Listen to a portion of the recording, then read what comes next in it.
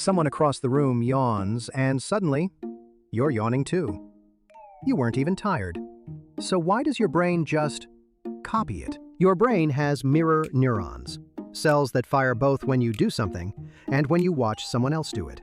They basically hit copy-paste on other people's actions without asking you first. These cells evolved so you could learn by watching, not by dying. See someone eat bad berries and get sick?